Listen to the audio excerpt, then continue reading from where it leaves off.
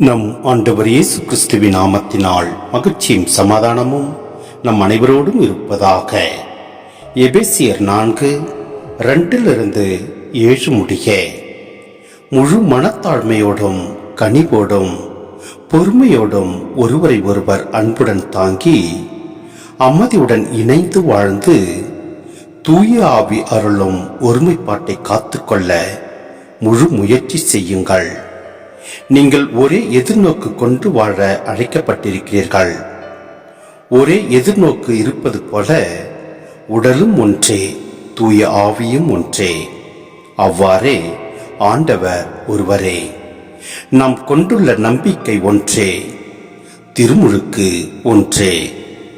எல்லாருக்கும் கடவுளும் தந்தையுமானவர் ஒருவரே. அவர் எல்லாருக்கும் மேலானவர், எல்லார் மூலமாகவும் செயலாற்றுபவர், எல்லாருக்குள்ளும் இருப்பவர். கிறிஸ்து கொடுக்க விரும்பும் அளவுக்கேற்ப நம் ஒவ்வொருவருக்கும் அருள் அளிக்கப்பட்டுள்ளது. சிந்தனை: இந்த வார்த்தைகள் ஆன்மீக ஒருமைப்பாடு மற்றும் சமாதானத்தை வலியுறுத்துகின்றன.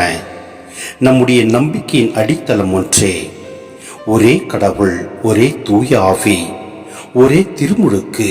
எனவே மனிதர்களிடையேயான வேறுபாடுகளை கடந்து ஒருவர் மற்றவரின் குறைகளை பொறுத்து கொண்டு அன்பிலும் அமைதியிலும் ஒன்றிணைந்து வாழ வேண்டும். இறை வார்த்தையின்படி அமைதியை காப்பது என்பது சும்மா இருப்பது அல்ல.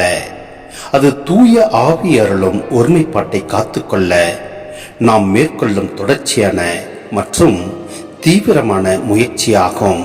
எனவே நம் ஆண்டவரின் வார்த்தைக்கிணங்க நாம் செயல்படுவோம். அப்பொழுது எல்லாம் வல்ல இறைவன் நம்மோடு இருந்து நம்மை காப்பார், ஆசீர்வதிப்பார். ஆமேன்.